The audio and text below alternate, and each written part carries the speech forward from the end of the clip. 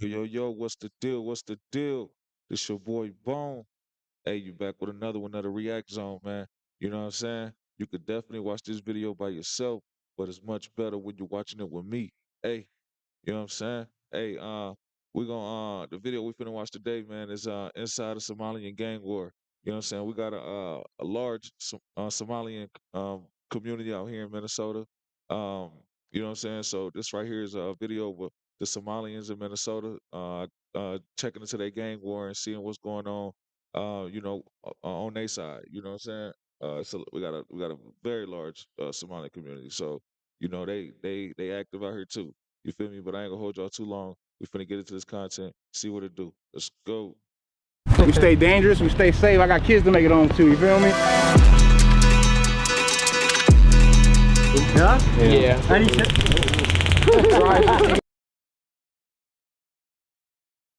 That's the Arco right there. That's the Arco gas station right there. I stop there all the time to get gas. That's right off Riverside at 94 right there.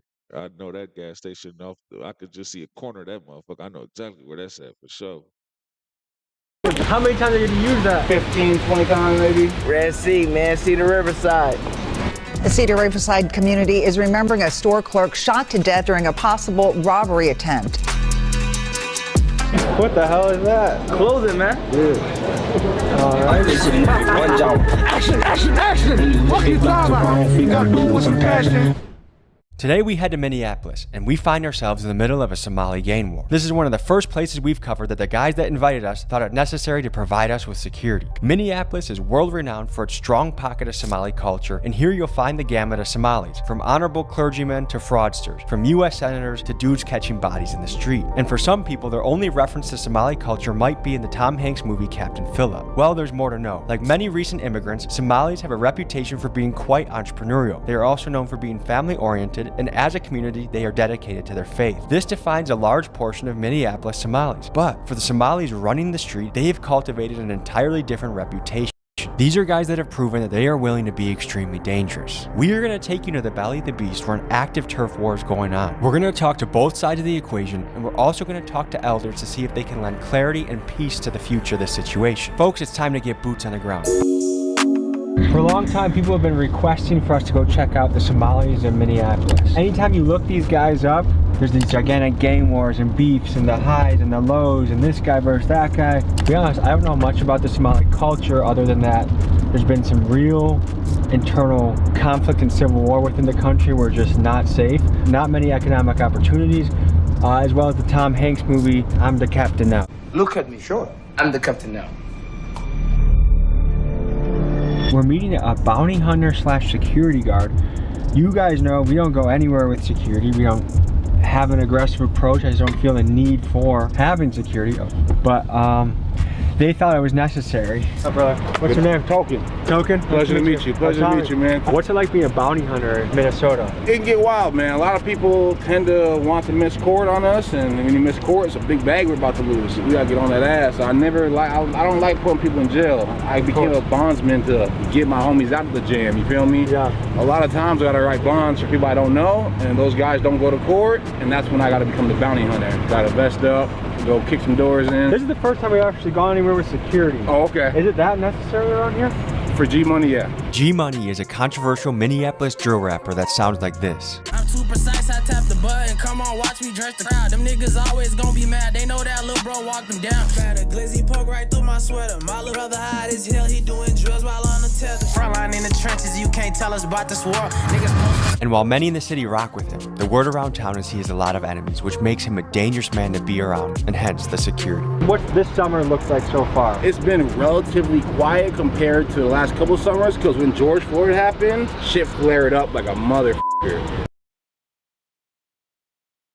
That's facts. That's facts, man. When the George Floyd thing happened, man, shoot, Minnesota was like GTA. It was like GTA around here, man. You ain't have to stop at no stoplights, high speed chases, vandalisms. Uh, man, you see people walking on top of their stores with guns and stuff. Man, bro, everybody got on push shiesties, and nobody was safe. Man, it was the way that the PPP loans hit. Man, everybody had money, man. Everybody had guns, man. No, the police wouldn't stop at a damn thing around here, man. If you went in Minnesota, you wouldn't know, man. It was GTA around here, man. During the past like 2020, 2020, 2021, 2022. Man, shit.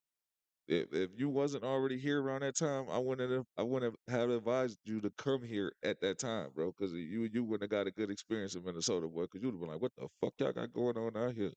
I did not know it go down like this out here. For sure.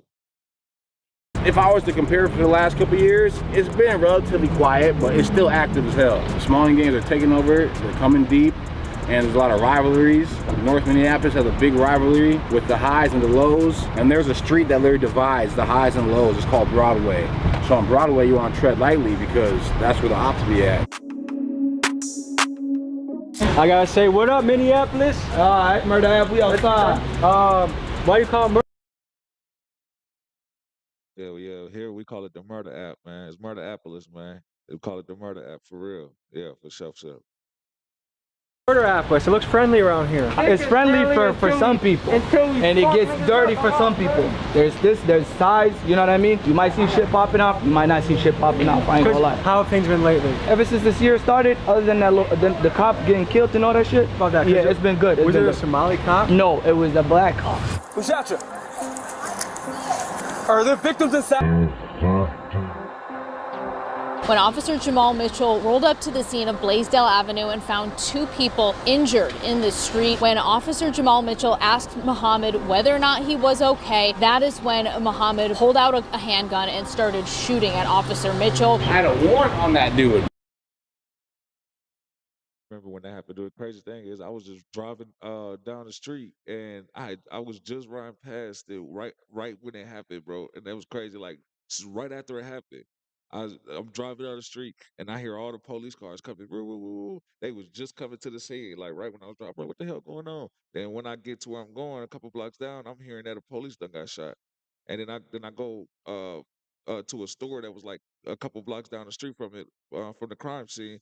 The whole area just taped off. I'm like, damn. They like, yeah, he ain't make it. I'm like, shit, that shit was crazy.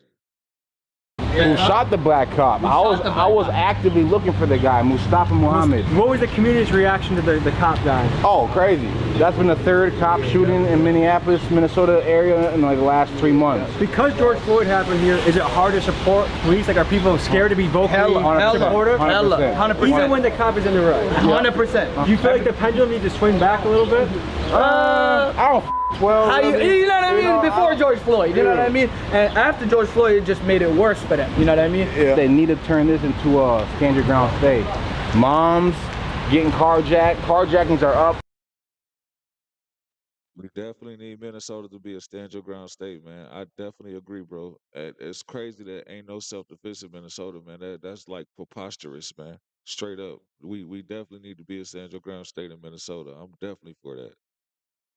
Through the roof right now. Congresswoman got jacked in her own driveway. Yes. She was a defund the police person, right? Yes, she was. Let's roll the tape on what happened to this lady. Perhaps no story encapsulates the chaos Minneapolis is experiencing than the story of Shivanti Shanada, a local Democratic Party leader. She was with her kids when a group of teens attacked her in her own driveway and threatened her with guns. She took to social media after to express her outrage and said the following: "We need to get illegal guns off our streets and catch these young people who are running wild, creating chaos across our city."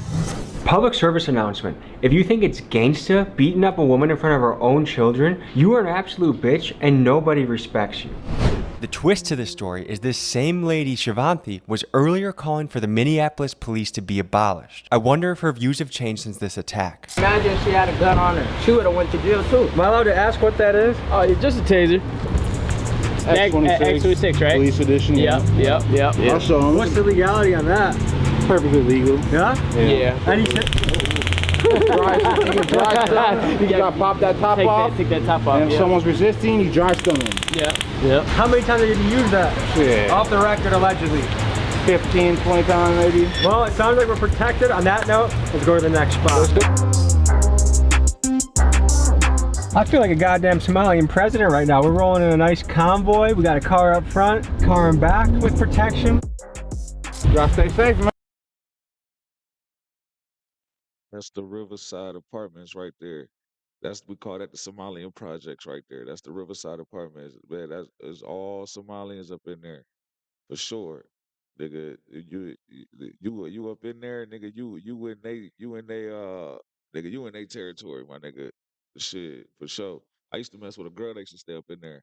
And I used to go up in there a few times, you know what I'm saying, to go see her and shit like that, you know. But that's definitely that's the Somalian projects for sure, nigga. The Riverside Apartments for sure. That's legal in Minneapolis? Oh, man, when you got your permit to carry.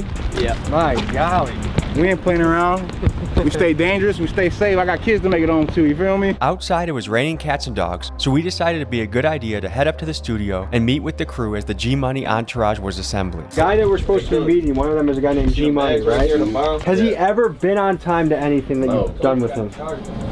I can't say. I can tell you, bro. Yeah. No, nigga's never on time. Does that irritate you? Yeah, I mean, shit, yeah, but he be paying for it, so. Is Somali time known for being really late? Honestly, nah. I wouldn't say nah. Either early or on time. As 3 non-Somalis, what are some Somali stereotypes I should know about?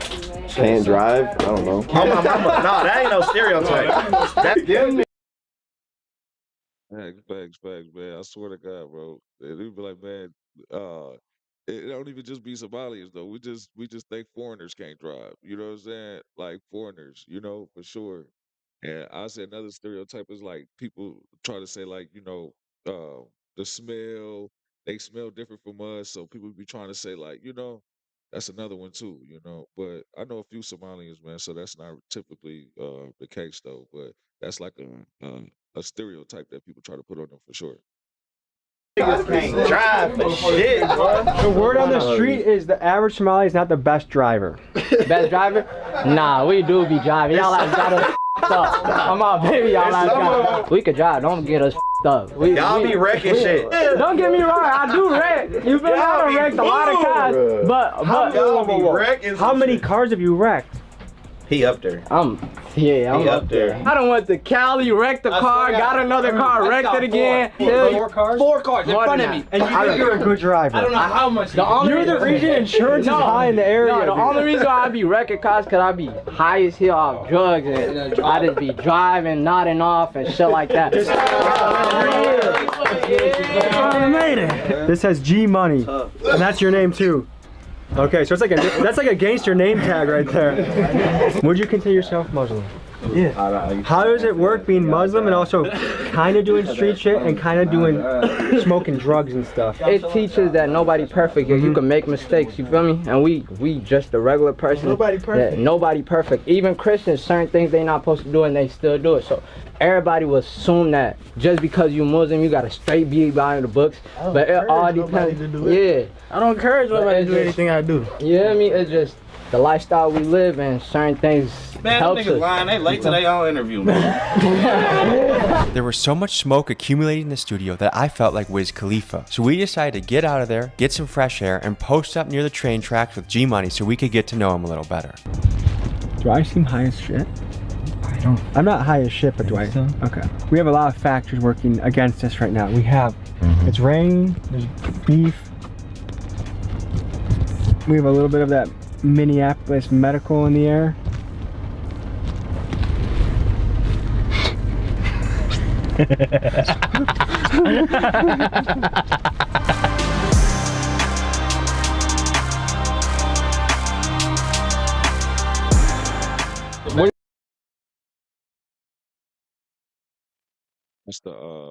That's the train right down Hiawatha.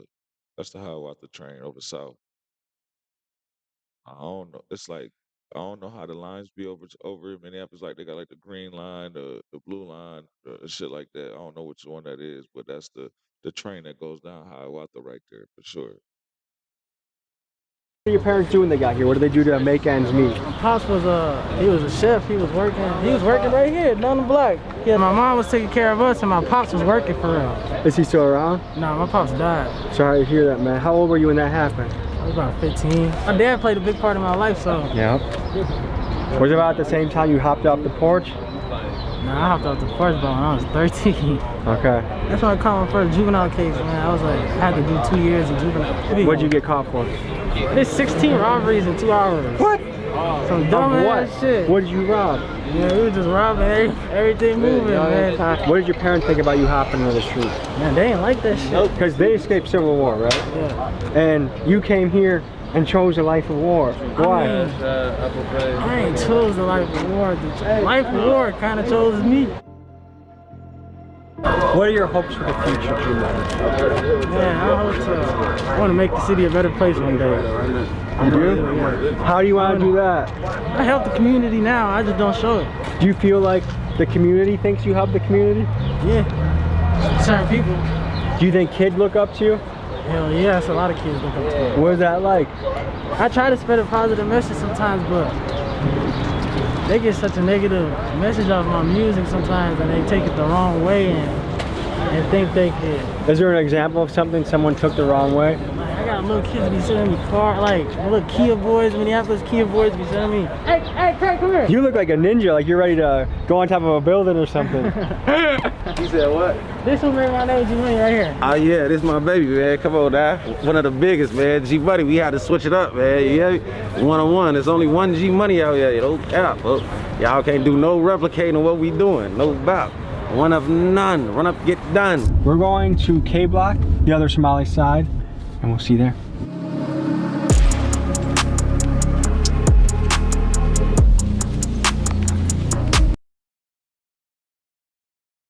That's why all the homeless people be hanging out right there. They put the fences up on there. That's going down Cedar right there. All the homeless people be, man, the summertime though, that thing be thick as hell, man. Well, they put that fence up there to try to stop the homeless people because they used to be all up, going all up, and they used to be hanging out all up through this whole thing in the summertime. Be packed, bro, with homeless people, packed as hell. You ride out here, it's trash everywhere. Homeless people, they smoking right in front of you, everything, man. They lined up, laying up in bags and tents and everything all up and through here. So they put the fence there to try to keep them from going, hanging out up there, but you'll still see them hanging out along the street, though. You know what I'm saying? But yeah, this going down Cedar right here over South Minneapolis.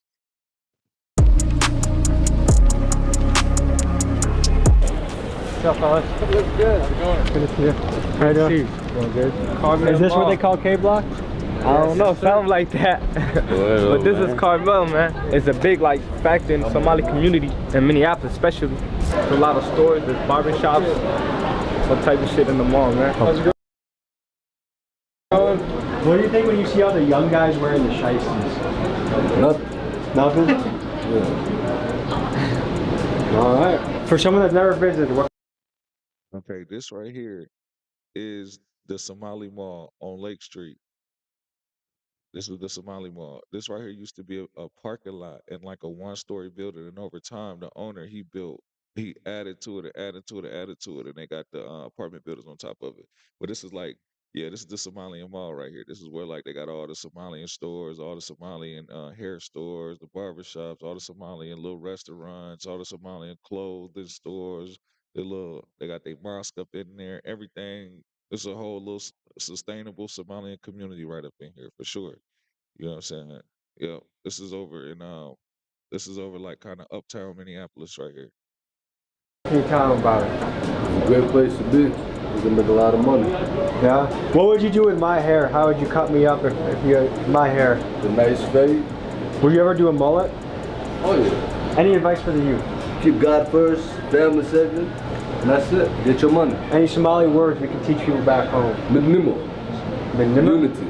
What do you like to eat around here? We Somalis, bro. We all drink tea, you feel me? Eat sambusa. You drink green tea? Nah, not green tea. It's Somali tea. What the hell is that? Closing, man. Yeah. Alrighty.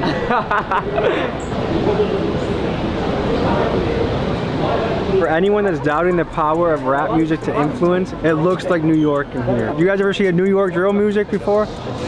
This looks like a New York drill music video right now. You think so? What do you do day to day? Make money, try to survive, do good. You feel me? I've been making music and shit like that, so you know how that be, man. What do your parents do? My mom was an immigrant. She came to America. My pops is still in Somalia. So, what is it going to take for him to get here? You know how that is he waiting on immigration papers? I think he is at the moment right now. Do you know what it was like when she got the news that they were going to America?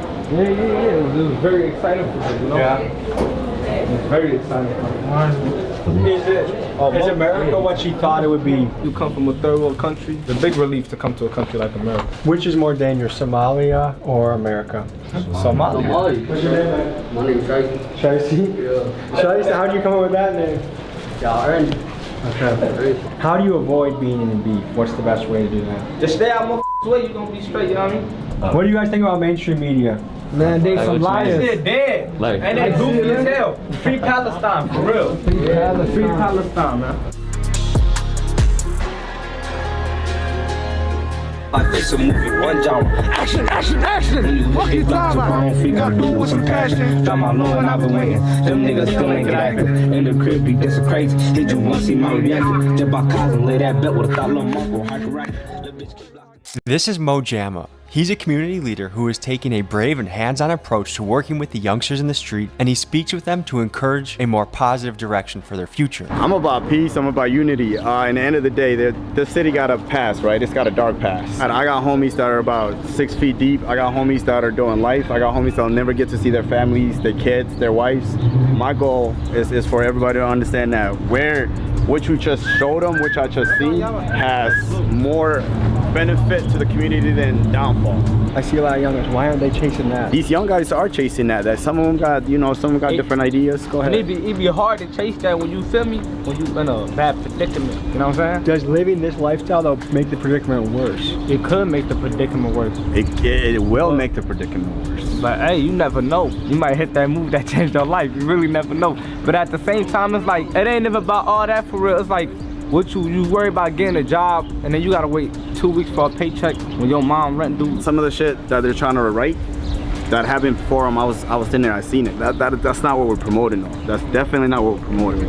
If we can't be a unity, if you can't see how much benefit that what they just showed you brings into this community, then you're looking for the wrong thing. That's definitely what you feel like people don't value the Somali impact on the community? It's not that they don't value the Somali impact. They don't value what the youth brings. That's the issue. I just had a meeting at a park unity that was going on. What that was about was an event that happened 4th of July last year, right? So that whole shenanigans, instead of seeing it as a youth issue, they try to paint it as a Somali youth issue, where individuals that have that 1% income decided to turn on the community and wanted to say, oh, the Somali community is doing this and the third, they can't control their kids. That's not the picture. That's not what it is. They definitely could be beneficial. They could add more value to it. There's young men in here that want to add more values, that want to right the wrongs, that want to do good. Because the youth can really change things. They can change it for the better or for the worse. These guys are the future. They are. They definitely are. Us thing ain't never gonna make things more. If it looks like my eyes were darting around during this interview, they were. I had guys behind me with duffel bags with semi-automatic rifles, 20 kids with shiesties moving in and out. It was kind of a chaotic scene. I ain't really too much worried about changing the world. I'm trying to make some money. That's life, bro. You can't control what the next man doing. You know what I mean? True. You can't do that whatsoever. And then at the same time, you gotta think about this shit like, what you gonna worry about changing the world? Life ain't sweet. You don't see what's happening in Palestine right now? In Gaza? In Gaza, don't nobody talk about none of that shit though. There's real children getting killed every day. That's big facts. And I agree with exactly what he's saying. If you want to change things, you start from where you're at. The ground that you're standing on. I'm gonna change everything for myself in life. And then you can change everything for everyone around you.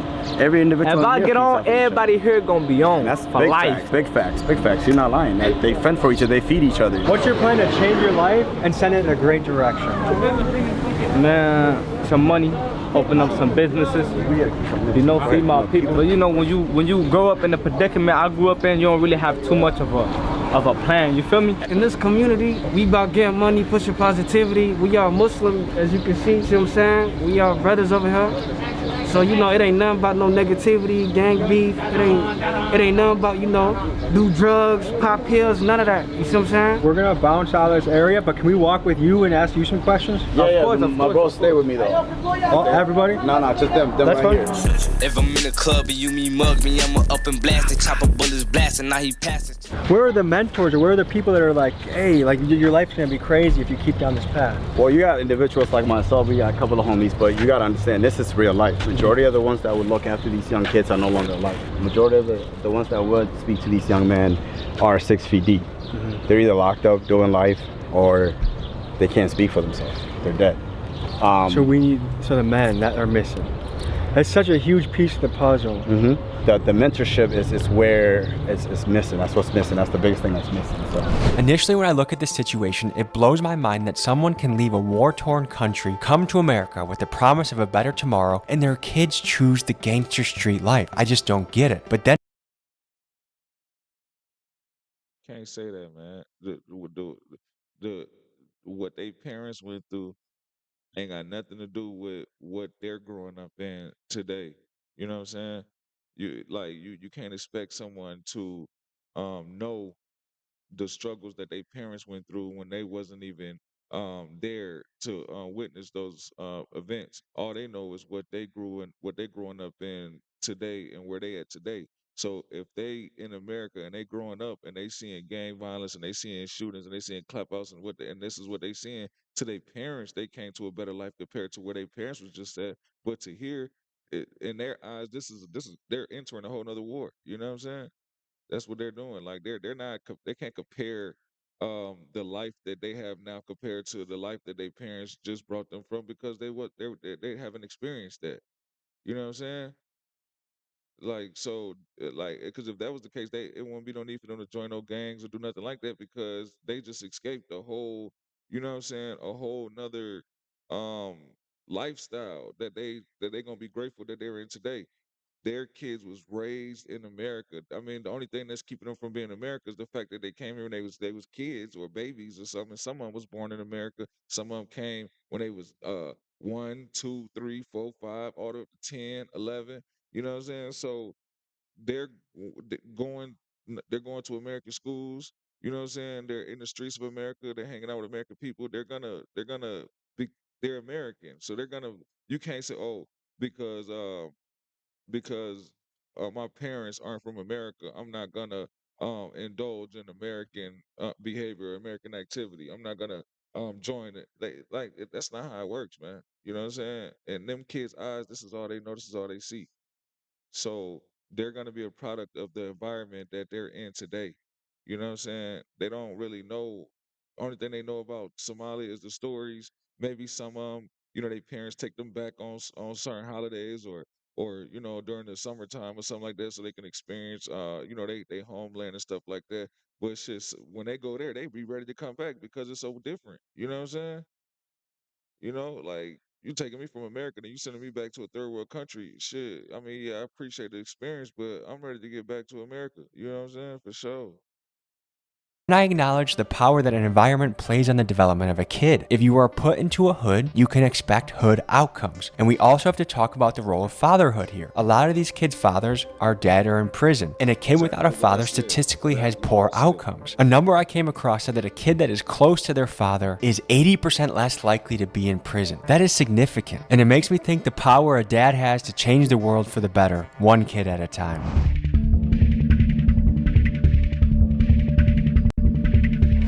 So today, I feel like we didn't get to really meet G-Money, and That's the that's the capital right there. It's the Minnesota capital right there. So he must be in St. Paul right now, for sure. a lot of this happens, I feel like with gangster guys, it's hard to meet them unless they're one-on-one or in a small group. Especially the more the guys, it feels like the less they're gonna be willing to share about themselves. G-Money's actually gonna meet us in a parking garage. We had the same feeling. He hit me up, I wanted to hit him up. I'm happy that he's coming. I wanna talk to him more. We'll wait until G-Money pulls up. We'll see you when he comes. Hey bro, get that camera up out of here, bro. Yeah, hold on. Hey, look here, look here. But like if we did an interview out here, would that be cool, G-Money? What do you think? It's somewhere a little bit better around here. St. Paul is all open. We can go somewhere else in St. Paul. Well, what's on your mind, man? I want y'all to get to know me for real, man. I know you. What was your childhood like, dude? My childhood was, it's not your normal childhood, like, your parents grew up rich or none of that shit, We grew up in the hood, you feel me? I grew up, people think I'm from Riverside or something, a lot of people think I'm from Riverside, and like, I'm not from Riverside, but it was mostly my mom that took care of us, and my daddy was really like, he was in and out of my life, but he was in my life for real. Did your mom and him not have the best relationship? Yeah, they ain't had the best relationship, but he still had a good relationship with me. My mom really helped me up. She really kept me together and shit. But even my mom, she struggled her damn self. Like she handicapped her damn self. So I'm the man of the family. I take care of shit. You feel me? Like It sounds like a lot of pressure. man, it is a lot sometimes, man. But it ain't never a lot. I guess my natural instinct is always to make peace. Like I like being neutral where I go. I like people liking each other, and like when I hear, okay, like there's a big beef going here, or highs and lows there, or this crew doesn't like that crew, or K Block versus Seed or whatever. Like my natural instinct is like, how do you bring these people together, and is it possible? And does it go back generations, or is it possible to be healed? I mean, what do you think about that?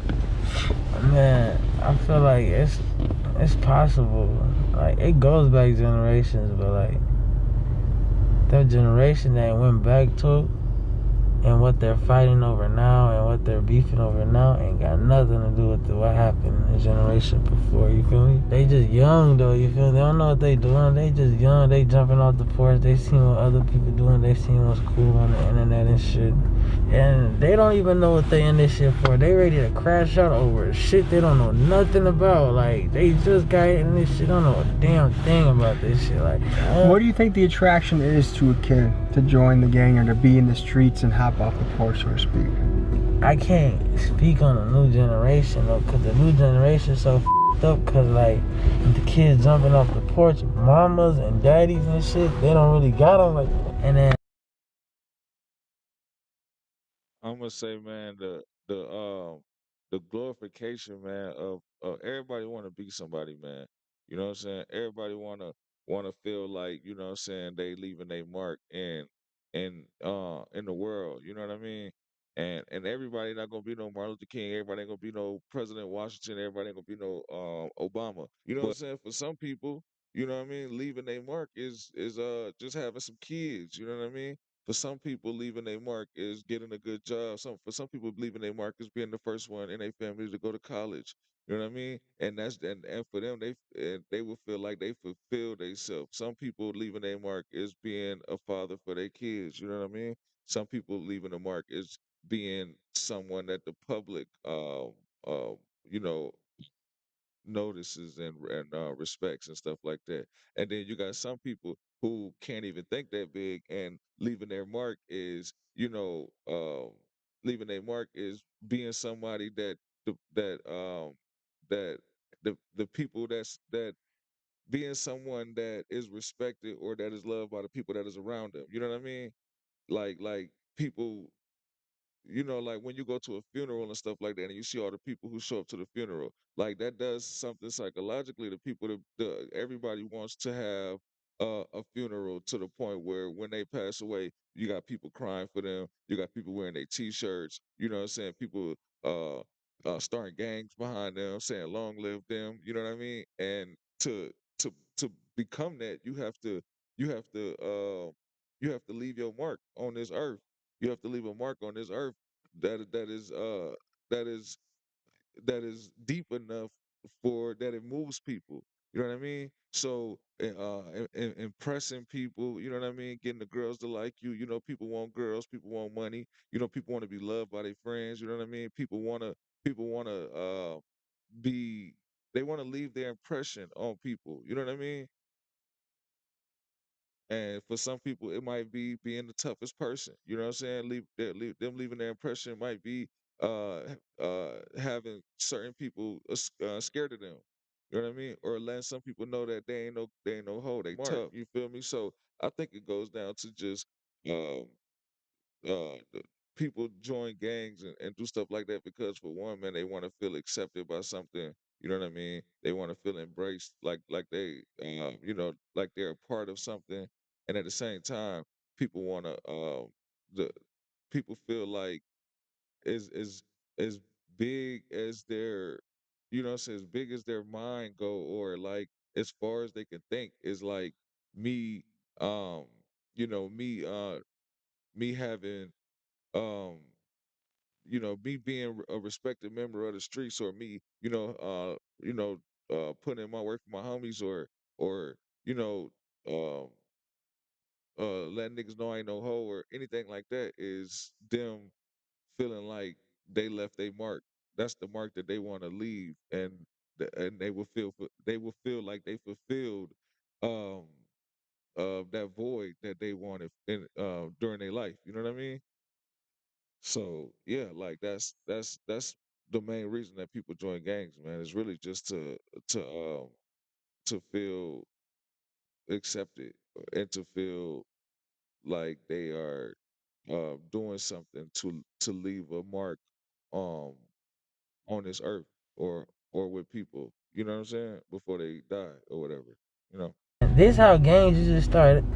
A bunch of kids in the neighborhood. Mama's probably at work.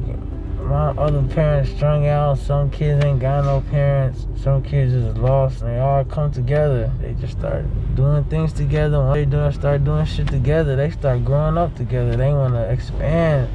They want to go do other shit to make more money. They want to go do this. Now they trying to make money where they can't. And now they got to go pick up a gun. And then now they got a beef. And now they turned into a gang.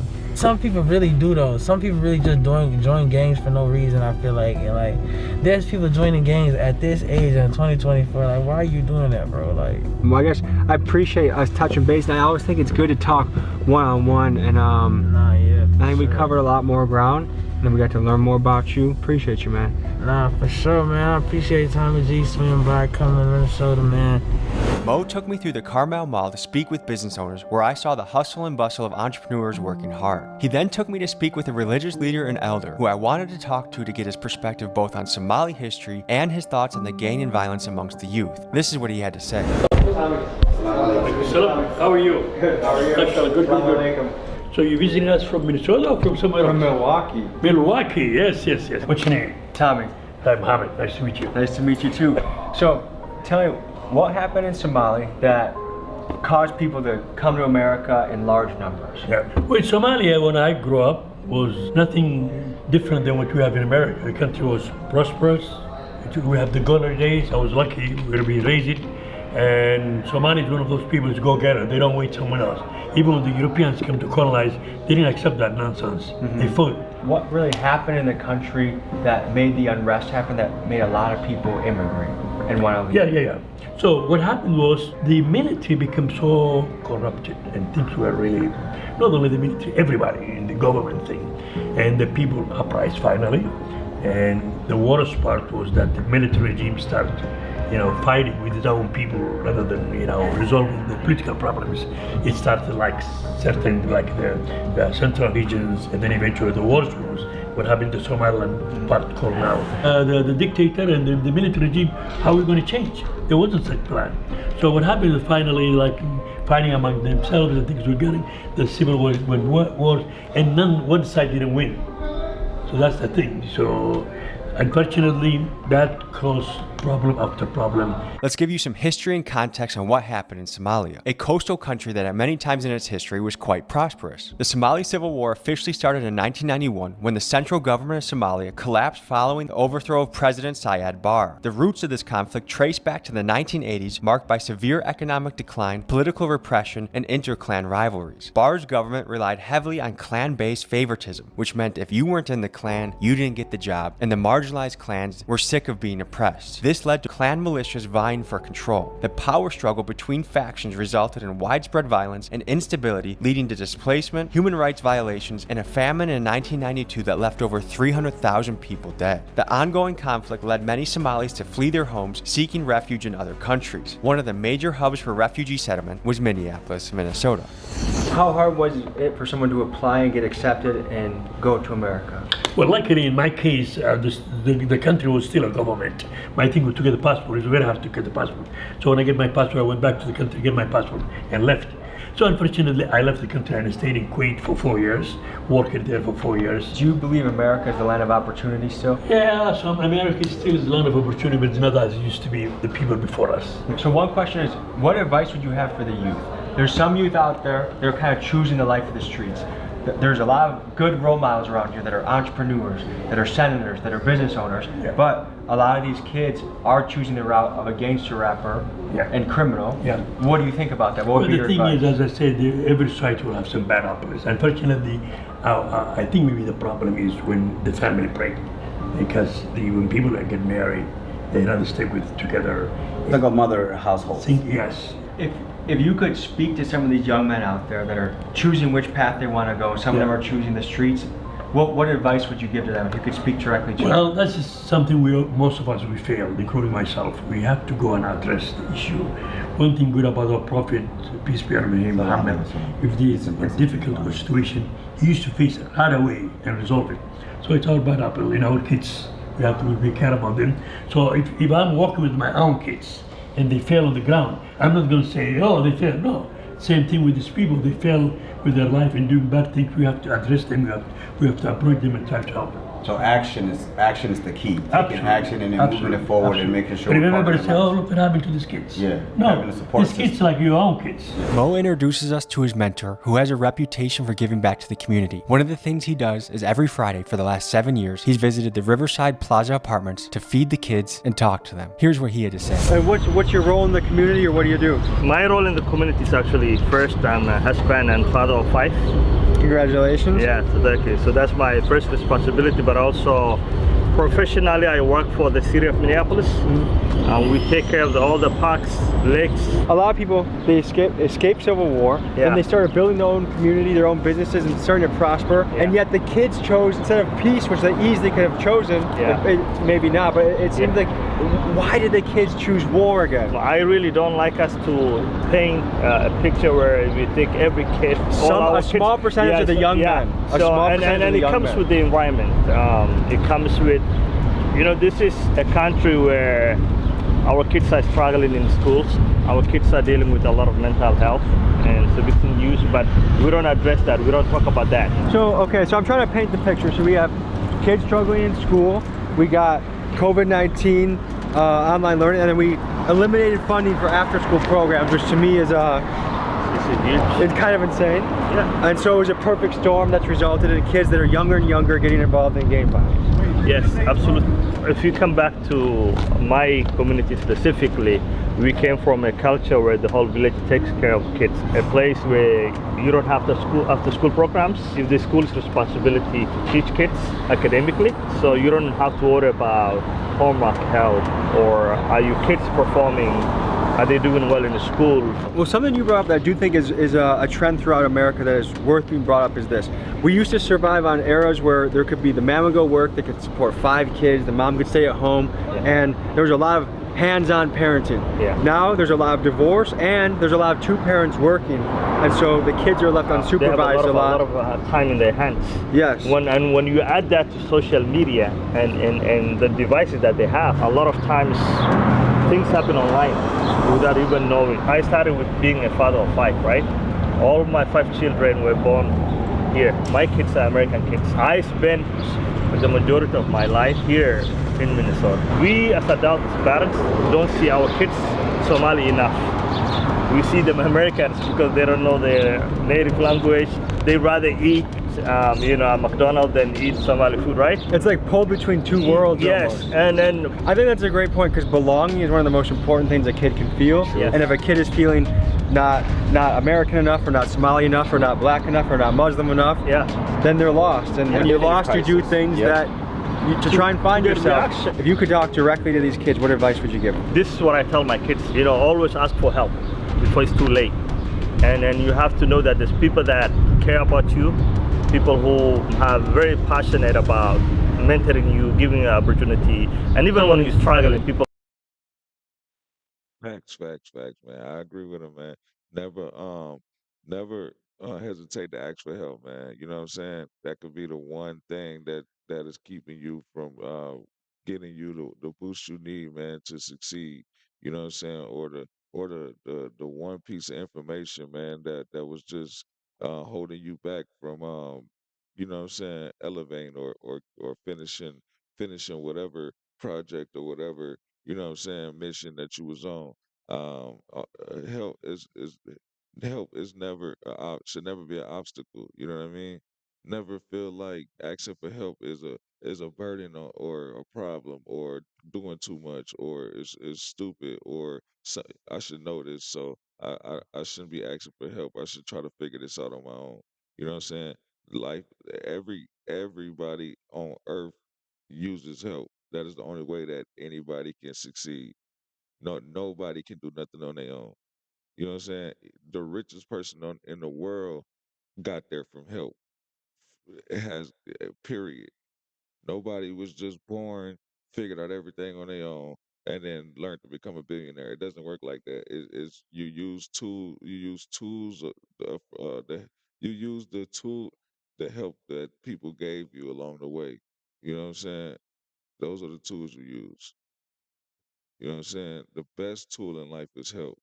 The best thing that you can apply to whatever it is you're doing is getting help from somebody. You know what I mean? That is how we make it in the human society is passing down help, passing down information. You know what I mean? To one another to help the next person take that and evolve with it and add on to what they got and do something, a little, take what you got and take what that person got and put their own twist to it and make something even better or or make something a little different that might work a little, for sure. I definitely agree with that. Who just want to listen. There's a lot of people that care about you. At the end of the day, you are our future. We love you and we care about you. That's a great ending message. Yes, I sir. thank you for what you do. Thank you. Thank you, brother. Yes, sir. Thank you for what you do. Yes, sir. I had a great time checking this out. I appreciate you guys tuning in. We'll see you next week. Peace.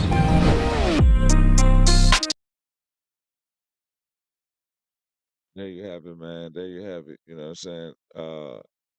Man, the Somali gangs in Minnesota, you know what I'm saying? It was cool watching that video, seeing different areas and stuff that they went to. These are all places I drive through and go through every single day, man.